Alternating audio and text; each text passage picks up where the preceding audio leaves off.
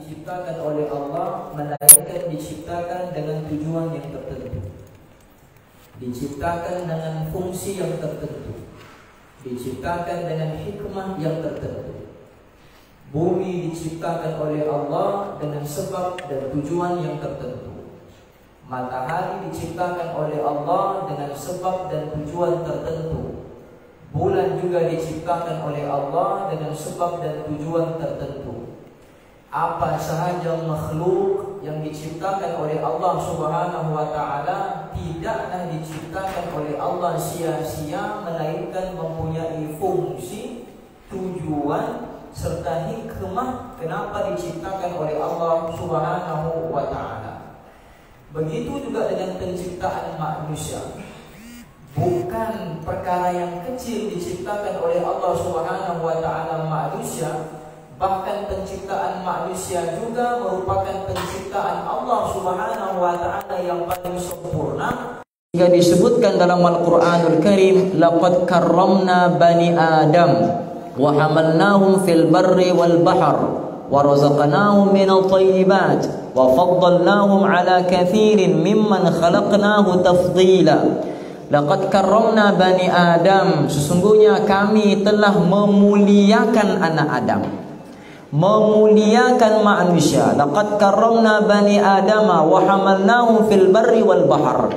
Kami letakkan manusia di daratan, kami letakkan manusia di lautan. Wa faddalnahum ala katsirin mimman khalaqnahu tafdila. Dan yang uniknya ciptaan Allah yang bernama anak Adam, yang bernama manusia ini diciptakan oleh Allah khalaqnahu tafdila, lebih baik daripada seluruh makhluk yang telah diciptakan oleh Allah Subhanahu wa taala. Sehingga para ulama mengatakan jumlah makhluk yang diciptakan oleh Allah adalah sebanyak 80.000 jenis makhluk. Dan yang paling terbaik daripada ciptaan 80.000 itu adalah insan yang disebut sebagai manusia. Dan tidaklah Allah Subhanahu wa taala juga menciptakan manusia itu dengan sia-sia. Afa hasibtum annama khalaqnakum abathan wa annakum ilaina la turja'un? Dalam Al-Quranul Karim Allah tanya kepada kita dengan satu pertanyaan, dengan satu persoalan. Afa hasibtum, adakah kamu menyangka anna khalaqnakum abatha, penciptaan kamu ini hanya sia-sia? Adakah kamu menyangka bahwa kamu diciptakan oleh Allah ini dengan tanpa tujuan? Adakah kamu menyangka bahwa kamu diciptakan oleh Allah Subhanahu wa taala ini tanpa maksud yang telah ditentukan oleh Allah Subhanahu wa taala?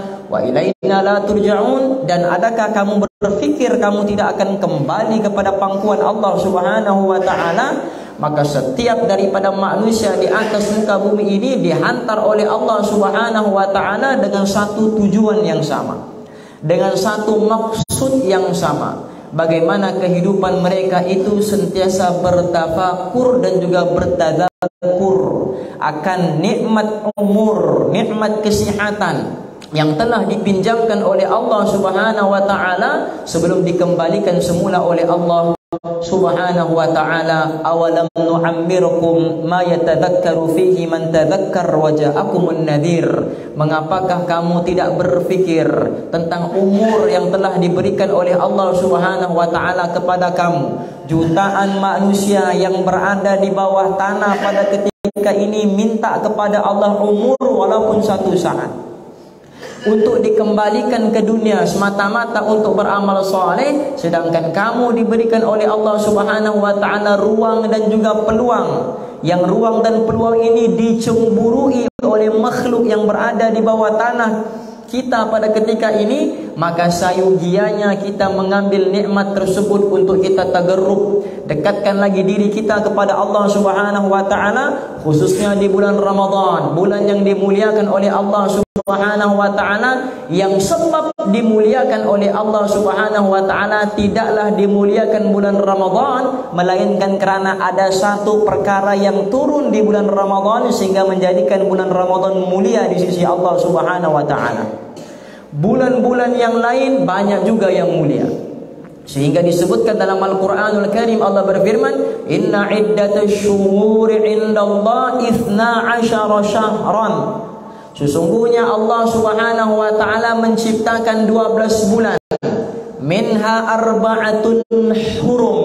Daripada 12 bulan itu ada 4 bulan yang haram. Walaupun 4 bulan ini bulan yang haram, walaupun 4 bulan ini bulan yang mulia, walaupun 4 bulan yang 4 bulan ini 4 bulan yang agung, tetapi tidak juga disebutkan namanya dalam Al-Quranul Karim. Nama 4 bulan ini tidak disebutkan di dalam Al-Quranul Karim. Kita mengetahui nama 4 bulan ini apabila kita merujuk kepada hadis baginda Rasulullah, yang mana Rasulullah bersabda, as-sanatu 12 syahran, minha arba'atun hurum, thalathun mutawaliyan, Dzulqa'dah, Dzulhijjah, Al-Muharram, wa Rajabun Mudhar alladhi baina Jumada wa Sya'ban. Kata baginda Rasulullah, 1 tahun itu ada 12 bulan. Daripada 12 bulan ada 4 bulan yang haram, 4 bulan yang dimuliakan oleh Allah. Apakah 4 bulan yang haram itu? Dzulqa'dah, Dzulhijjah, Al-Muharram dan juga Rajab. Bukankah Ramadan juga merupakan bulan yang mulia? Sehingga disebutkan di dalam hadis Nabi, atakum Ramadan syahrul mubarak. Datang kepada kamu bulan Ramadan, bulan yang diberkati, bulan yang dimuliakan oleh Allah Subhanahu wa ta'ala. Kenapa Ramadan tidak masuk dalam 4 bulan yang dimuliakan oleh Allah? Kenapa bulan Ramadan tidak masuk dalam 4 bulan yang diharamkan oleh Allah Subhanahu wa ta'ala, yang diagungkan oleh Allah Subhanahu wa ta'ala? Karena kata para ulama, kemuliaan bulan Ramadan itu terlalu tinggi sehingga tidak perlu dikongsi dengan 4 bulan haram yang lainnya. Akan tetapi yang mau kita bahaskan pada hari ini, kenapa bulan Ramadan itu dimuliakan oleh Allah? Kenapa bulan Ramadan itu diberkati oleh Allah Subhanahu wa ta'ala sehingga satu-satunya nama bulan yang disebutkan dalam Al-Quranul Karim, tidak ada nama bulan disebutkan oleh Allah dalam Al-Quran, melainkan 1 bulan sahaja yang namanya disebutkan, yaitu bulan Ramadan. Kemuliaan bulan Ramadan bukan hanya pada isi Ramadan saja, tapi kata para ulama, kemuliaannya juga ada pada namanya yang itu Ramadan. Sehingga para ulama membahagikan perkataan Ramadan itu kepada 5, yaitu huruf Ra, huruf Mim, huruf Dad, huruf Alif, huruf Nun. Setiap daripada hurufnya mengandungi hikmah yang tersendiri. Ra dengan makna ridwanullah, ridhonya Allah Subhanahu wa ta'ala. Luasnya ridhonya Allah Subhanahu wa ta'ala di bulan Ramadan tidak sama dengan bulan-bulan yang lainnya. Wa ridwanum minallahi akbar, dzalika huwal fawzul azim. Dalam Al-Quranul Karim Allah berfirman, ridha Allah lebih besar daripada segala-galanya. Sehingga kan syurga juga menduduki ranking yang kedua daripada ridhonya Allah Subhanahu wa ta'ala. Tidak ada perkara yang lebih besar di sisi Allah, yang lebih agung di sisi Allah melalui ridhonya Allah Subhanahu wa ta'ala. Bagaimana mau dapatkan ridhonya Allah? Dengan amal ibadah yang telah disyariatkan, yang telah diperintahkan oleh Allah Subhanahu wa ta'ala. Dengan menyempurnakan apa yang diperintahkan oleh Allah, menyempurnakan apa yang telah disyariatkan oleh Allah, maka seseorang akan mendapat ridhonya Allah Subhanahu wa ta'ala secara sempurna. Akan tetapi dalam Al-Quranul Karim Allah juga berfirman, ridho Allah ini bergantung juga kepada satu orang manusia yang namanya Muhammad. Dalam Al-Quran Allah berfirman, qad nara taqalluba wajhika fis sama falanuwalliyannaka qiblatan tardaha fawalli wajhaka syatral masjidil haram. Dulu pada asalnya kiblat kita bukan Ka'bah. Pada asalnya kiblat kita adalah Baitul Maqdis, yaitu di Palestina. Kemudian baginda Rasulullah SAW dihina dan juga dikecam oleh orang-orang Yahudi. Orang Yahudi mengatakan kepada baginda Rasulullah, kalau betul agama kamu itu benar dan kalau betul agama kami salah, kenapa kamu menyembah kiblat yang sama dengan kiblat yang kami sembah? Kami orang Yahudi menyembah ke arah Baitul Maqdis. Kamu juga orang Islam yang mengatakan agama kamu benar, yang mengatakan agama kami salah, tapi juga sama arah sembahan kiblat kamu, yaitu ke arah Baitul Maqdis. Maka pada ketika itu start daripada situ baginda salat selama 17 bulan. Baginda salat sambil menghadapkan pandangannya ke langit. Sebab minta kepada Allah supaya ditukarkan arah kiblat tidak sama dengan kiblat yang telah disembah oleh orang Yahudi ataupun Bani Israel. Maka Allah turunkan ayat Al-Quran, qad nara taqalluba wajhika fis sama' falanuwalliyannaka qiblatan tardaha. Wahai Muhammad, kami melihat engkau menghadapkan wajah engkau ke langit dengan jangka masa yang sama. Falanuwalliyannaka qiblatan tardaha, maka engkau alihkan pandangan kamu kemana sahaja pandangan yang kamu ridha, maka itulah tempat yang kami pilih untuk menjadi kiblat bagi sekalian umat manusia. Yang dipilih pandangannya siapa? Pandangannya baginda Rasulullah. Sehingga kata para ulama, kiblat sebenar manusia bukannya Ka'bah, tapi kiblat sebenar manusia adalah ridhonya Nabi Muhammad SAW. Kerana dengan ridhonya Muhammad juga Allah memilih Ka'bah sebagai kiblat utama orang-orang Islam. Jadi ridwanullah dengan makna ridho kepada Allah Subhanahu wa taala. Mim kata para ulama adalah maghfirah, pengampunan daripada Allah Subhanahu wa taala dibuka seluas-luasnya oleh Allah Subhanahu wa taala di bulan Ramadan. Syuf, di zaman Bani Israel ada satu orang lelaki yang telah memaksiati Allah selama 1000 tahun. Ini kisah ini i'tibar yang disebutkan oleh Allah dalam Al-Quranul Karim kepada kita yang menganggap sudah tidak ada jalan keluar daripada dosa, yang menganggap sudah putus asa daripada maksiat, yang menganggap aku ni kalau bertaubat, taubatku juga tidak akan diterima oleh Allah. Ini kisah jadikan i'tibar, ini kisah jadikan tauladan dan juga pengajaran. Di zaman Bani Israel ada satu orang lelaki yang memaksiati Allah 1000 tahun. 3 dosa yang dia buat. 3 dosa yang dia buat ini termasuk di dalam akbarul kabair, dosa yang paling besar. Dosa yang paling besar ada banyak, dan dosa yang dia buat tergolong dalam dosa yang paling besar di antara semua yang besar. Apa dia? Yang pertama sekali syarbul khamar, minum arak. Minum arak bukan 1 hari, bukan 2 hari, bukan 1 bulan, bukan 1 tahun, 1000 tahun. Bila dia minum hari demi hari. Minuman utamanya arak. Dosa yang kedua dia lakukan zina. Berapa kali buat zina? Bukan 1 hari, bukan 2 hari, bukan 3 hari, 1000 tahun. 1000 tahun masanya dia gunakan hanya untuk memaksiati Allah. Dan yang ketiga, qatlun nafs, bunuh 99 nyawa, bunuh 99 jiwa. Maka akhirnya setiap hamba Allah di atas muka bumi ini, banyak manapun maksiat yang dia lakukan, pasti suatu saat terdetik dalam hatinya untuk bertaubat kepada Allah. Pasti dalam hatinya untuk bagaimana supaya dia keluar daripada belenggu dosa dan juga maksiat yang dia telah persembahkan di hadapan Allah Subhanahu wa taala. Hatta iblis sahaja itu pernah mau bertaubat kepada Allah. Jangankan manusia, iblis pernah taubat kepada Allah. Apa dosa yang lebih besar yang telah dilakukan oleh manusia berbanding dengan iblis?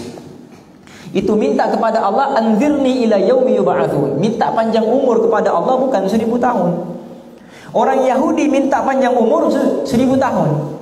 Wa la tajidannahum ahrasan nasi ala hayati wa minal ladzina asyraku yawaddu ahaduhum law yu'ammar alf sanatin wa ma huwa bimuzahzihi minal 'adzabi ay yu'ammar.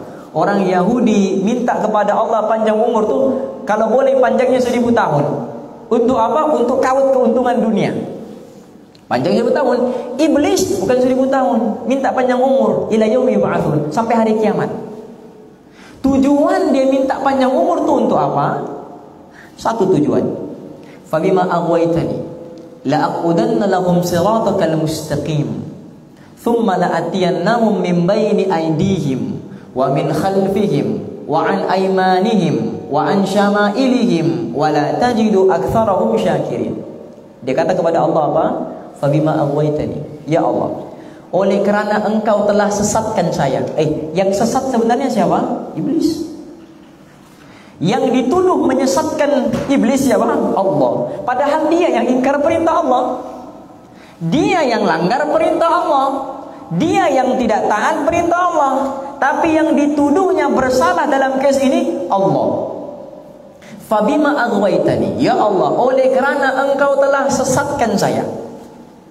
Terkadang ada juga manusia sebelum dituduh bersalah, dia tuduh dulu orang lain bersalah, supaya dia tidak nampak bersalah, padahal dia yang bersalah. Tapi sebelum dituduh bersalah, dia tuduh orang lain salah, supaya pandangan manusia beralih kepada orang yang dituduh. Itu perbuatan itu pertama kali dilakukan oleh siapa? Iblis. Fabima aghwaytani, ya Allah, oleh kerana engkau telah sesatkan saya. Padahal dia yang sesat, bukan Allah yang sesatkan, dia yang sesat. Fabima aghwaytani, oleh kerana engkau telah sesatkan saya, la aqudanna lahum siratal mustaqim, aku akan sesatkan juga seluruh anak Adam. Tujuan minta panjang umur sebab apa? Sebab untuk menyesatkan anak Adam. Tetapi bila bertemu dengan Nabi Musa alaihi wa ala nabiyina afdhalus salatu wassalam, dipanjangkan umurnya ila yaumin ma'lum, sampai hari yang diketahui, itu iblis jumpa dengan Nabi Musa. Apa dia kata kepada Nabi Musa? Minta taubat. Wahai Musa, beritahu kepada Allah, tanya kepada Allah, apa cara supaya saya bertaubat? Itu iblis minta kepada Allah cara untuk taubat. Siapa? Iblis. Kita tidak lebih jahat daripada iblis. Kita tidak lebih kejam daripada iblis. Tapi iblis juga minta cara untuk taubat kepada Allah. Sehingga akhirnya Nabi Musa alaihi salam bertemu dengan Allah, bertanya kepada Allah, apa cara supaya taubatnya iblis itu diterima? Kata Allah, kalau dia mau taubatnya diterima, maka dia kena buat perkara yang menyebabkan dia terlaknat. Apa dia? Tidak mau sujud kepada Nabi Adam. Allah berfirman, wa idh qulna lil malaikati isjudu li Adam fasajadu illa iblis. Diperintahkan semua sujud, tetapi semuanya sujud, hanya satu sahaja yang tidak sujud, yang namanya iblis. Kata Allah, bagi tahu kepada iblis, kalau mau tobat, di sana ada kuburnya Nabi Adam, pergi sujud di sana. Kalau dia mau bertobat, kalau dia mau tobatnya diterima, pergi kuburnya Nabi Adam, sujud di sana sebagai tanda taubat. Egonya iblis dikata apa?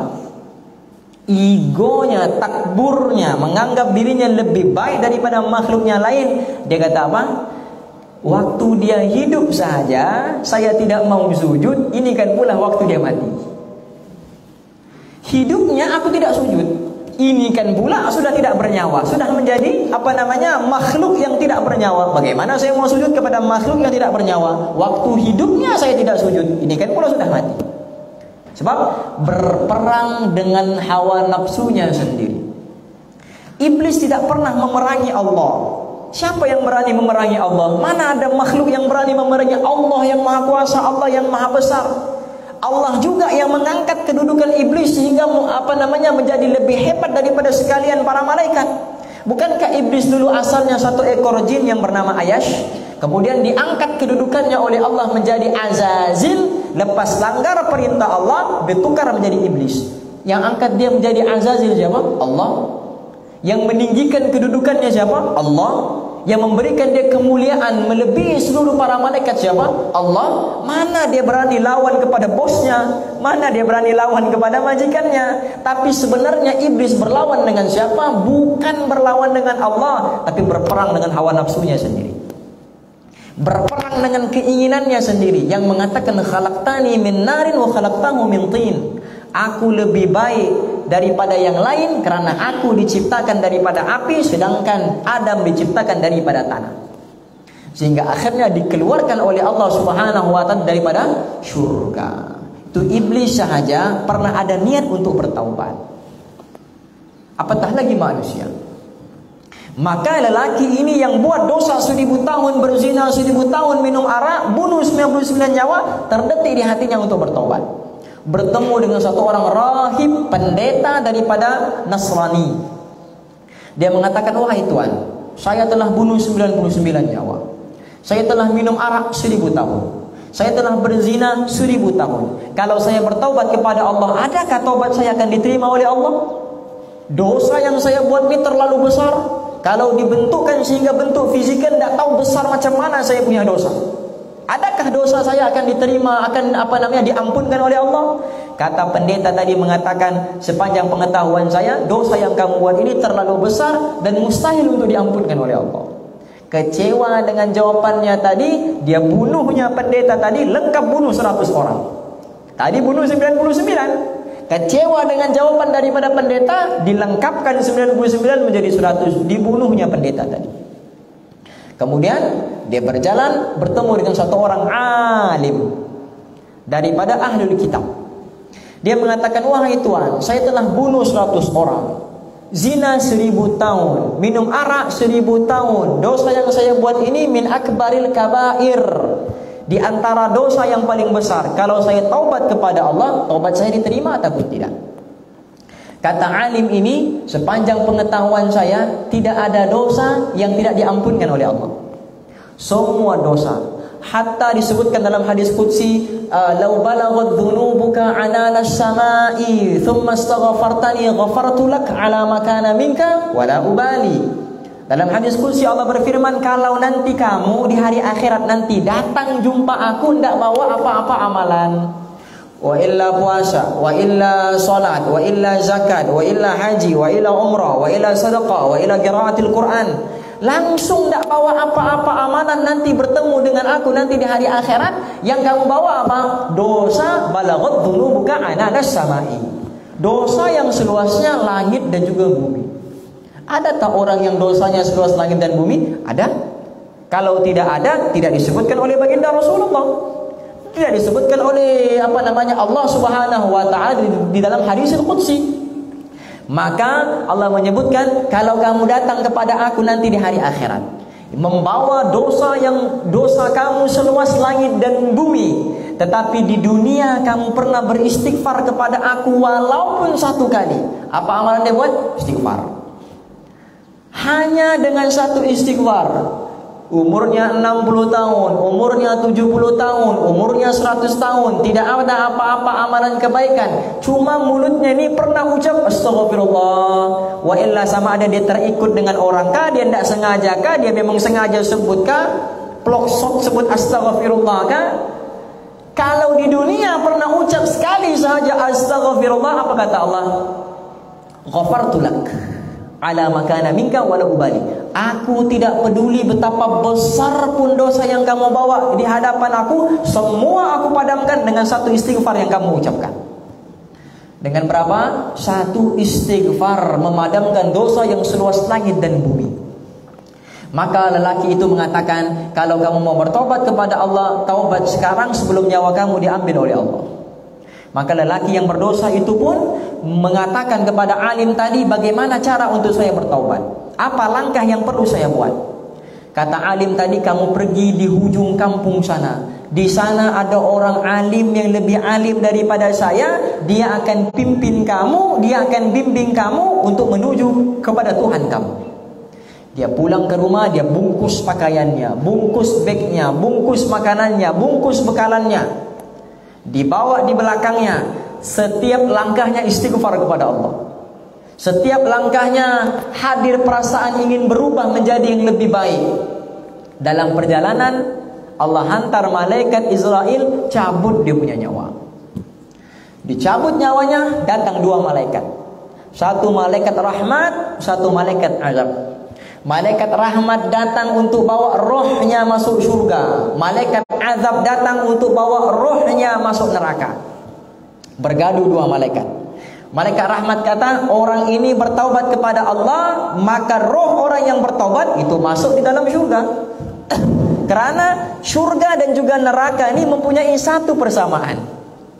Surga dan juga neraka mempunyai 1 persamaan.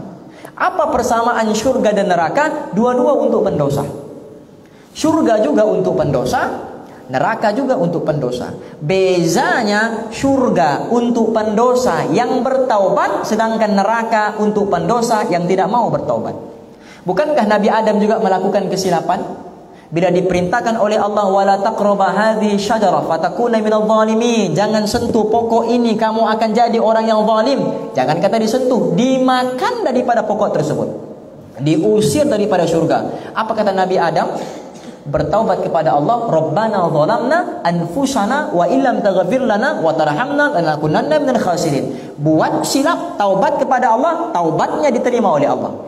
Iblis buat salah juga, ingkar perintah Allah, tapi sehingga sekarang ini belum bertaubat kepada Allah, terlaknat ila yaumi yub'atsun, sampai hari kiamat. Jadi dia taubat kepada Allah Subhanahu wa taala, maka kata malaikat rahmat, rohnya milik saya, akan saya bawakan ke dalam surga. Kata malaikat azab, dia baru mau bertobat, belum sempat lagi bertobat. Sebab kata alim tadi, kamu pergi di hujung kampung sana, di sana ada orang alim. Tujuannya mau ke sana, taubatnya di sana. Dia belum sampai ke sana, nyawanya sudah diambil. Dia baru mau bertobat, belum sempat lagi untuk bertobat. Maka rohnya milik saya, akan saya bawakan ke dalam neraka. Bergaduh dua malaikat ini, malaikat rahmat dan juga malaikat azab. Sehingga akhirnya Allah hantar malaikat Jibril alaihi wa ala nabiyina afdhalus salatu wassalam, selesaikan masalah tersebut. Apa wahyu daripada Allah kepada Jibril untuk menyelesaikan masalah tersebut? Diukur jarak perjalanannya, diukur langkah kakinya. Kalau langkah kakinya lebih dekat dengan tempat yang dia ingin tuju, rohnya masuk surga. Kalau dia punya langkah kakinya lebih dekat dengan rumah yang dia sudah tinggalkan, maka rohnya masuk neraka. Diukur.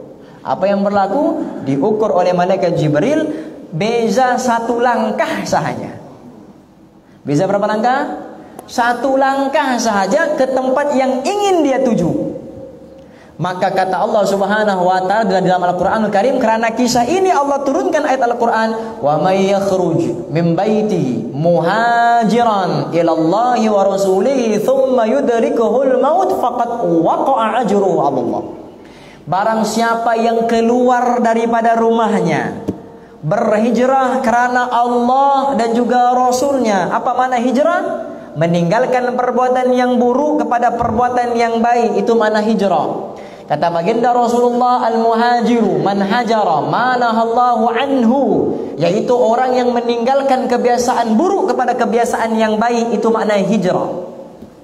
Dia keluar rumah semata-mata untuk hijrah karena Allah dan Rasulnya.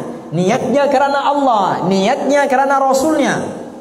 Tengok apa kata Allah, thumma yudrikuhul maut, kemudian maut datang menjemput dia, faqad waqa'a ajruhu 'ala Allah. Dosanya diampunkan oleh Allah.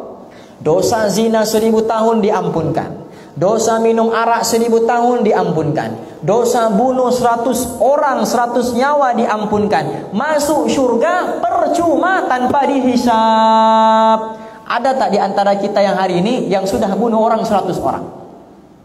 Ada tidak di antara kita yang hari ini yang hobinya minum arak? Ada tak di antara kita yang hadir di masjid pada pagi yang mulia ini yang hari-hari berzina?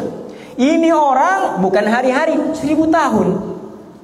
1000 tahun zina, 1000 tahun memaksiati Allah, 1000 tahun minum arak, bunuh 100 orang, boleh masuk surga tanpa hisab dengan taubatnya kepada Allah.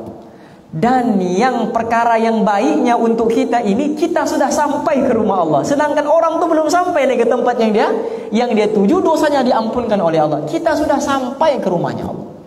Dan kalaulah nanti di hari akhirat kita tidak meraih surganya Allah, bukan karena salahnya Allah, tapi salahnya kita tidak merebut peluang dan juga hidayah yang telah diberikan oleh Allah Subhanahu wa ta'ala. Maka jangan pernah putus asa daripada rahmatnya Allah. Rahmatnya terlalu luas, sehingga satu orang pernah berkata kepada Allah, ya Allah, saya berdosa kepada Engkau dan dosa saya ini lebih besar daripada segala-galanya. Kata Allah, adakah dosa kamu itu lebih besar daripada langit dan bumi? Dia kata, ya, dosa saya lebih besar daripada langit dan bumi. Dia kata, Allah kata, adakah dosa yang kamu buat itu lebih besar daripada arasy aku, arasy-Nya Allah? Dia kata, ya Allah, kalau dipikir-pikir, dihitung-hitung, dosa saya lebih besar daripada arasy-Nya Engkau. Kemudian Allah bagi tahu kepada dia, adakah dosa yang kamu buat itu lebih besar daripada aku? Mana ada benda yang lebih besar daripada Allah? Allahu Akbar, lebih besar daripada segala-galanya. Dia kata, ya Allah, tidak, dosa saya tidaklah lebih besar daripada engkau. Dosamu tidak besar daripada saya, keampunan saya lebih besar daripada dosa engkau. Syurga yang luas ini menjadi milik engkau. Sangka baiknya kepada Allah yang mengampunkan dosa, yang mengampunkan taubat, sehingga dimasukkan oleh Allah Subhanahu wa taala ke dalam syurga. Syuf, maka sebab itu benda yang paling penting bagaimana kita mau mengaplikasikan kehidupan Al-Qur'anul Karim ke dalam kehidupan kita. Iktibar. Nuzulul Quran bukanlah satu perkara yang hanya perlu diingati saja. Diingati dan dihayati. Ramadan menjadi mulia karena Al-Qur'anul Karim. Al-Quran diberikan kepada malaikat Jibril alaihi salatu wassalam. Dulu yang menjadi ketua para malaikat siapa? Bukannya Jibril. Yang menjadi ketua para malaikat Azazil. Tetapi kenapa Jibril diangkat oleh Allah menjadi ketua para malaikat, sehingga namanya juga diubah oleh Allah, bukan Jibril saja tapi Ruhul Amin. Kita lihat dalam Al-Quranul Karim, Allah berfirman, Inna anzalnahu fi lailatul qadar. Wa ma adraka ma lailatul qadar. Lailatul qadri khairum min alfi syahrin. Tanazzalul malaikatu war ruh. Ruh itu siapa? Jibril alaihi salatu wassalam. Disebutkan nama malaikat, kemudian disebutkan nama Jibril. Bukankah Jibril juga termasuk dalam kalangan para malaikat? Cukup bagi Allah mengatakan tanazzalul malaikah. Allah turunkan malaikat pada malam yang diberkati, karena Jibril juga termasuk dalam para malaikat. Tapi karena kemuliaan yang Allah berikan kepada Jibril itu besar, sehingga diselitkan nama khusus Jibril turun pada malam Lailatul Qadar. Tanazzalul malaikatu warruh. Persoalannya, kenapa dia menjadi mulia? Karena Al-Quran sebelum sampai kepada baginda Rasulullah diberikan kepada Jibril terlebih dahulu. Disampaikan kepada Jibril, bimbingan wahyu daripada Allah untuk disampaikan kepada Nabi Muhammad. Karena Al-Quran disampaikan kepada Jibril, Jibril menjadi ketua para malaikat dan menjadi Ruhul Amin. Kemudian Al-Quran diturunkan kepada baginda Rasulullah pada malam 17 Ramadan, yang kita sebut sebagai Nuzulul Quran. Walaupun Al-Quran itu turun secara berperingkat, peringkat pertama turunnya Al-Quran bukanlah pada malam Lailatul Qadar. Peringkat pertama turunnya Al-Quran adalah pada malam nisfu Sya'ban. Itu disebutkan dalam Al-Quranul Karim. Allah berfirman, Hamim wal kitabil mubin, Inna anzalnahu fi lailatin mubarakatin, Inna kunna munzirin, Fiha yufraku kullu amrin hakim. Kami turunkan Al-Quran bila fi lailatin mubarak, pada malam yang diberkati. Fiha, pada malam itu, yufraku kullu amrin hakim, kami ubah takdir-takdir manusia. Biasa kita doa penghujung tahun tu bila? Tu nisfu Sya'ban. Nisfu Sya'ban. Amalan diangkat oleh Allah. Amalan dipersembahkan di hadapan Allah itu ada harian audit atau audit daripada Allah. Itu berlaku harian, berlaku mingguan, berlaku juga tahunan. Harian audit amalan kita diangkat oleh Allah, dilihat oleh Allah, itu harian Isnin dan waktu daripada subuh sampai kepada maghrib. Shift daripada malaikat. Dua malaikat yang akan tunggu. Satu waktu subuh, satu lagi waktu maghrib. Malaikat yang waktu maghrib akan hantar laporan sampai ke waktu subuh. Ya, malaikat di waktu subuh akan hantar laporan di waktu maghrib. Itu harian.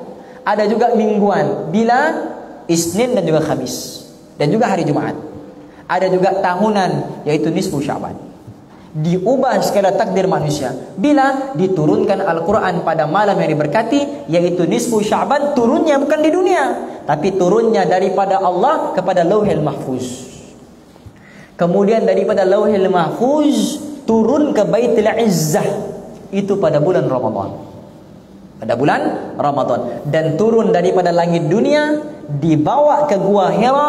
Ayat Iqra bismi rabbikal ladzi khalaq, khalaqal insana min 'alaq, Iqra wa rabbukal akram, alladzi 'allama bil qalam, 'allamal insana ma lam ya'lam. Itu turun pada malam Lailatul Qadar ataupun pada ketika itu turun pada malam 17 Ramadan. Jadi nuzulul Quran itu berlaku pada 17 Ramadan. Bukan sahaja 17 Ramadan ini berlakunya nuzul Quran, juga peristiwa yang sangat besar yang mengubah sejarah umat Islam adalah peperangan Badar, juga berlaku pada 17 Ramadan. Jadi kisah-kisah begini bukan sekadar untuk kita ingati, bukan hanya sekadar untuk kita dengari, tapi ambil iktibar. Malaikat jadi mulia karena Al-Quranul Karim. Nabi Muhammad diangkat oleh Allah menjadi ketua segala para nabi dan juga rasul karena Al-Quranul Karim. Turunnya Al-Quran pada bulan apa? Bulan Ramadan. Syahrul Ramadan alladzi unzila fihi Al-Quran. Turun Al-Quran di bulan Ramadan, Ramadan menjadi mulia. Dan turun Al-Quran pada malam Lailatul Qadar, Lailatul Qadar juga menjadi mulia. Sehingga kan kalau pada malam Lailatul Qadar kita beribadat kepada Allah, misal dia baca Quran, ngam-ngam dia baca Quran malam Lailatul Qadar. Contoh dia baca Toha, ngam-ngam Lailatul Qadar. Dia baca Toha tu sama seperti mana dia membaca Toha, Toha, Toha, Toha selama 83 tahun 4 bulan tanpa henti. Itu baru satu huruf. Kalau dia baca panjang lagi, seolah-olah dia membaca 83 tahun 4 bulan tanpa henti. Dalam Al-Quranul Karim Allah berfirman, As-siyamu wal Qur'anu yashfi'ani lil 'abdi yaumal qiyamah. Puasa dan juga Quran, kedua-duanya memberi syafaat kepada seorang hamba nanti di hari akhirat. Al-Quran akan berkata, Ya Rabbi, wahai Tuhanku, mana'tuhu minan naumi fi lailah. Wahai Allah, aku telah menjadi sebab dirinya ini kurang tidur malam, karena aku dibaca pada waktu malam. Oleh itu ya Allah, berikan aku syafaat untuk aku syafaatkan orang ini. Puasa pula akan mengatakan, mana'tuhu minat ta'ami wasyarabi wasyahwa fasyafi'ni fihi. Puasa akan kata, ya Allah, aku tahan dirinya daripada makan, aku tahan dirinya daripada minum, aku tahan dirinya daripada syahwat. Berikan aku syafaat supaya aku boleh beri syafaat kepada dia. Al-Quran dan juga puasa dua-dua memberi syafaat kepada orang yang baca Quran dan juga kepada orang yang berpuasa. Jangan tinggal Al-Quranul Karim. Wa man a'rada an dzikri fa inna lahu ma'isyatan dhanka wa nahsyuruhu yaumal qiyamati a'ma. Orang yang berpaling daripada Al-Quranul Karim akan dipalingkan juga wajahnya daripada Allah Subhanahu wa taala. Al-Quran sebut, man a'rada an dzikri, yang berpaling daripada zikir, yang berpaling daripada Al-Quranul Karim, fa inna lahu ma'isyatan dhanka, akan diberikan kepadanya kehidupan yang sempit. Rumahnya besar, boleh main bola di dalam, besar rumahnya, hatinya disempitkan oleh Allah sehingga rumah yang luas terasa sempit. Keretanya besar, tuh boleh masuk 30 orang di dalam. Nah, besar dia punya kereta, hatinya disempitkan oleh Allah sehingga kereta yang luas terasa sempit. Sebab yang merasa besar, yang merasa luas, yang merasa bahagia, yang merasa syukur bukan pada zat benda, tapi pada kesyukuran di dalam hati. Itu yang menjadi utama. Karena itu sifat orang yang beriman, apa sahaja yang datang kepada dia, imma kebaikan ataupun keburukan, perkara pertama yang respon keluar daripada lisan dan juga hatinya, syukur kepada Allah. Sehingga kan ramai nanti di akhir zaman, kata baginda Rasulullah, yang dipalingkan daripada rasa syukur kepada Allah. Maka sebab itu nuzulul Quran bukan sekadar untuk diingati, tapi untuk dihayati, supaya pengamalan Al-Quran datang dalam kehidupan kita, sehingga kita menjadi seperti mana Sayyidina Abdullah ibn Mas'ud. Nabi nampak Abdullah ibn Mas'ud berjalan. Nabi tanya kepada sahabat, maukah aku tunjukkan kepada kamu Al-Quran yang bergerak? Sahabat kata ya. Syuf, tengok sana. Ditunjuk kepada Abdullah ibn Mas'ud Al-Quran yang bergerak. Bukan dia hafal Al-Quran, tapi pengamalan Al-Quran ada pada dirinya. Kalau pengamalan Quran ada pada dirinya, maka lebih mulia kalau dia juga mengamalkan Al-Quran dan dia menghafal Al-Quranul Karim. Karena orang yang menghafal Al-Quranul Karim, kata Allah, disebut di baginda Rasulullah, hadis yang terakhir, kata baginda Rasulullah, man qara'al Qur'ana fastadharahu fa ahalla halalahu wa harrama haramahu wa syafa'ahu 'ashratan min ahli baitihi kulluhum qad wajabat lahun nar.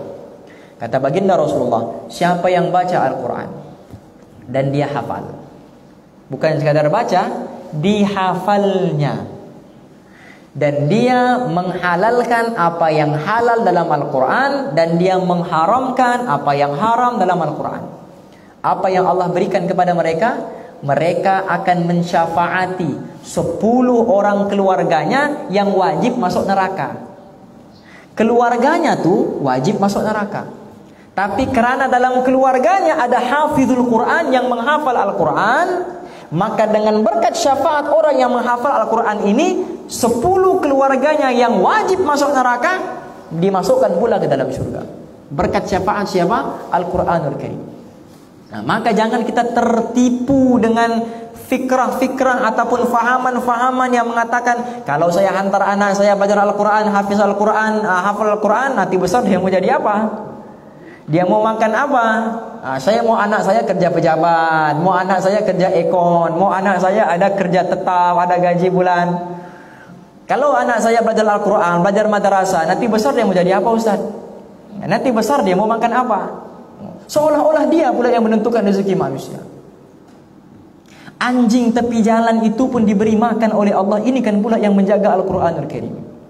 Ini kan pula yang menjaga lafaz-lafaz Allah Subhanahu wa ta'ala, sehingga kan bukan sahaja dia yang menghafal Al-Quran, kedua orang tuanya juga nanti hari akhirat akan dipakaikan pakaian daripada cahaya. Bagaimana terangnya cahaya itu? Seperti mana matahari diletakkan di dalam rumah.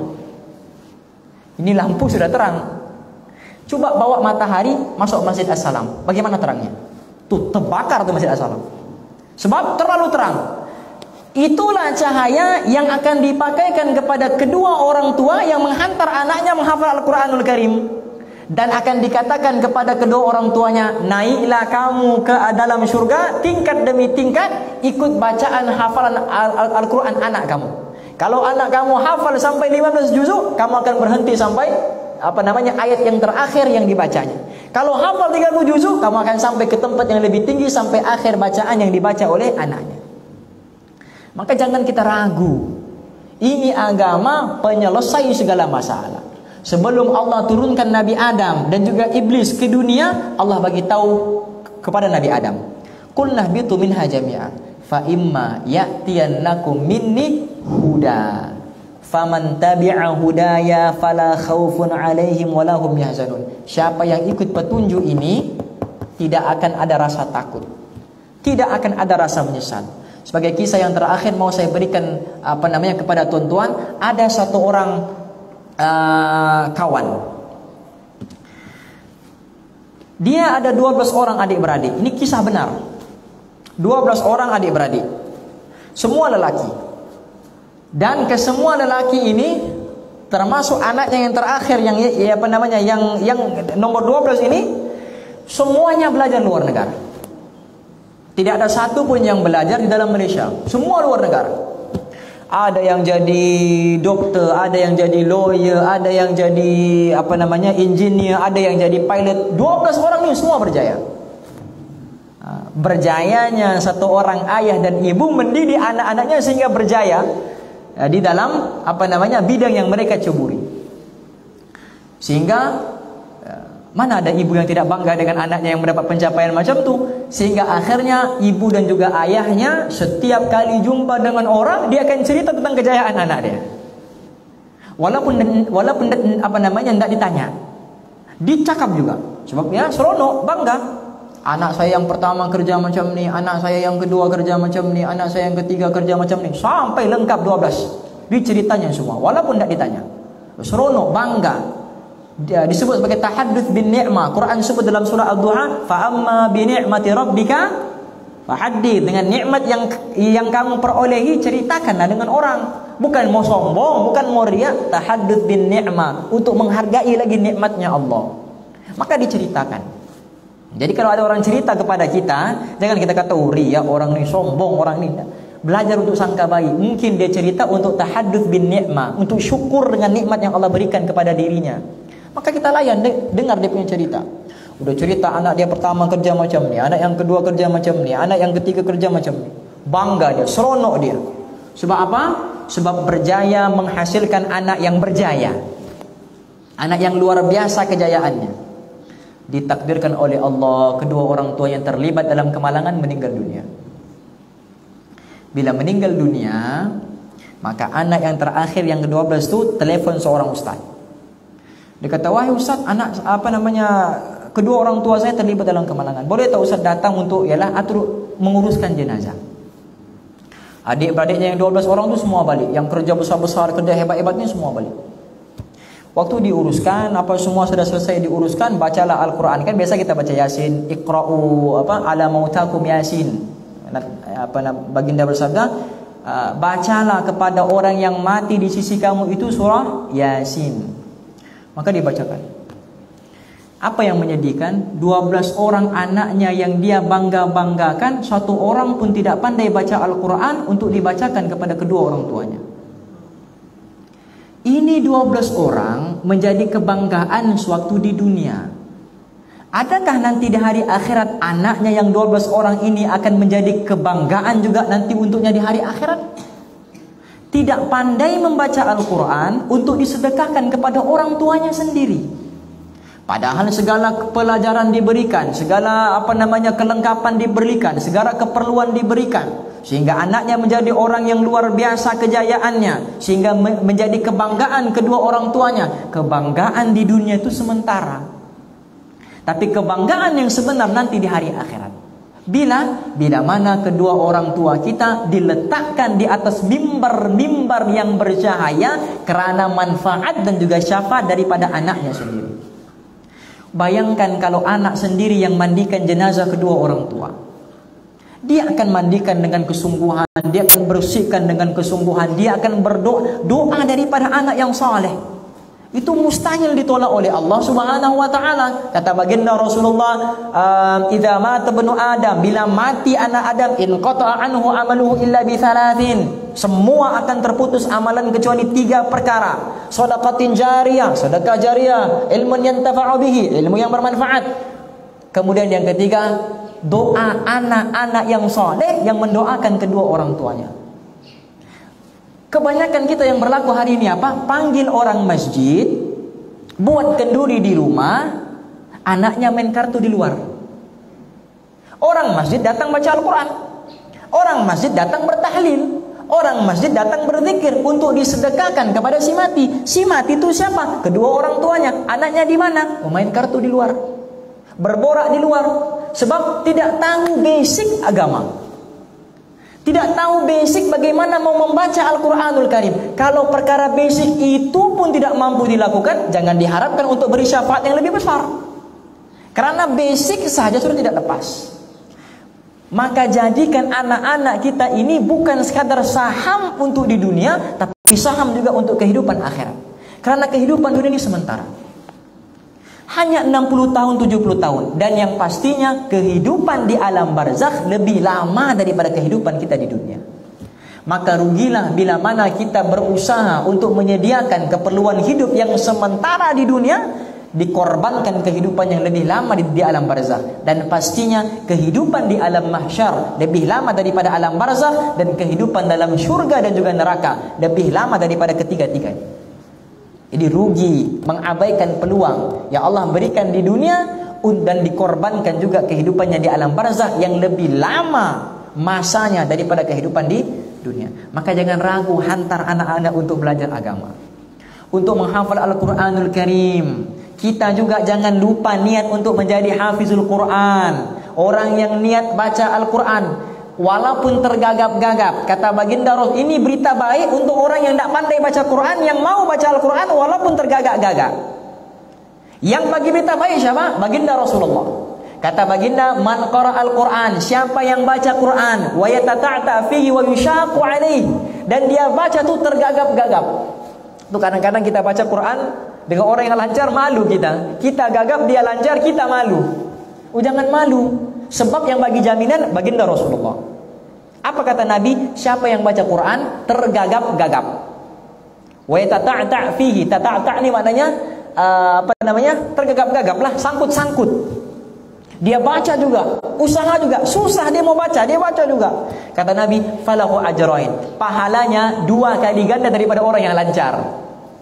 Orang yang lancar kalau dia baca Alif Lam Mim di bulan Ramadan itu digandakan 100 dia punya pahala. Kalau baca Alif Lam Mim itu 300. Alif Lam Mim saja 300 pahala. Orang yang tegak-gagak nih baca Alif Lam Mim ini sangkut-sangkut. Pahalanya 2 kali lipat, 2 kali ganda daripada orang yang lancar. Jadi kalau dengan semua ini juga kita masih belum mendekati Al-Quranul Karim, dengan cara apa lagi Allah mempujuk kita untuk baca Al-Quranul Karim? Bukan anak-anak saja, kita juga mau mendapat kemuliaan daripada Al-Quran. Moga-moga Allah Subhanahu wa ta'ala berikan kepada kita kemuliaan Al-Quranul Karim, sehingga kita juga menjadi mulia seperti mana mulianya bulan Ramadan. Jangan tinggalkan Al-Quranul Karim walaupun 1 hari. Letakkan Al-Quran di dalam hati kita, amalkan kehidupan, amalkan isi kandungan Al-Quran di dalam kehidupan kita, sehingga kita layak juga digelar oleh Allah, oleh baginda Rasulullah sebagai Al-Quran yang bergerak, karena pengamalan Al-Quran ada pada diri kita. Moga-moga Allah Subhanahu wa ta'ala berikan kepada kita zuriat yang soleh-soleha, anak yang soleh-soleha, yang boleh menguruskan jenazah kita nanti waktu kewafatan kita, yang boleh mandikan kita punya jenazah, yang boleh kafankan kita punya jenazah, yang boleh solatkan kita punya jenazah, yang boleh doakan kita dengan tangisan air mata daripada doa anak yang soleh, yang boleh masukkan kita ke dalam liang lahat, yang sanggup kotorkan badan mereka, pakaian mereka, jubah kemuliaan mereka, pakaian suci mereka, untuk menunggu di liang lahat, untuk menurunkan jenazah kedua orang tuanya, dimasukkan ke dalam liang lahat. Moga-moga anak kita dijadikan seperti mana itu, dan moga-moga dijadikan kita juga dan juga anak-anak kita orang-orang yang berguna untuk agama Allah Subhanahu wa taala. Cukup sampai di sini. Allah Subhanahu wa taala bagi taufik kepada kita untuk sama-sama kita ambil iktibar, kita amalkan dan kita sampaikan. Nawaina at-ta'alluma wa ta'lim wa tadhakkura wa tadhkir والنفع والانتفاع والإفادة والاستفادة والدعاء إلى الهدى والدعوة على الخير والحث على التمسك بكتاب الله وسنة رسوله صلى الله عليه وسلم ولا حول ولا قوة إلا بالله العلي العظيم. اللهم ارزقنا رؤية النبي المصطفى صلى الله عليه وسلم في الدنيا والآخرة، وخصوصا في هذه الليلة في منامنا. اللهم سلمنا لرمضان وسلم رمضان لنا وتسلمه منا متقبلا. ربنا آتنا في الدنيا حسنة وفي الآخرة حسنة وقنا عذاب النار. وصلى الله تبارك وتعالى على خير خلقه سيدنا محمد. سبحان ربك رب العزة عما يصفون وسلام على المرسلين والحمد لله رب العالمين. آمين اللهم آمين. هذا وبالله التوفيق. السلام عليكم ورحمة الله وبركاته.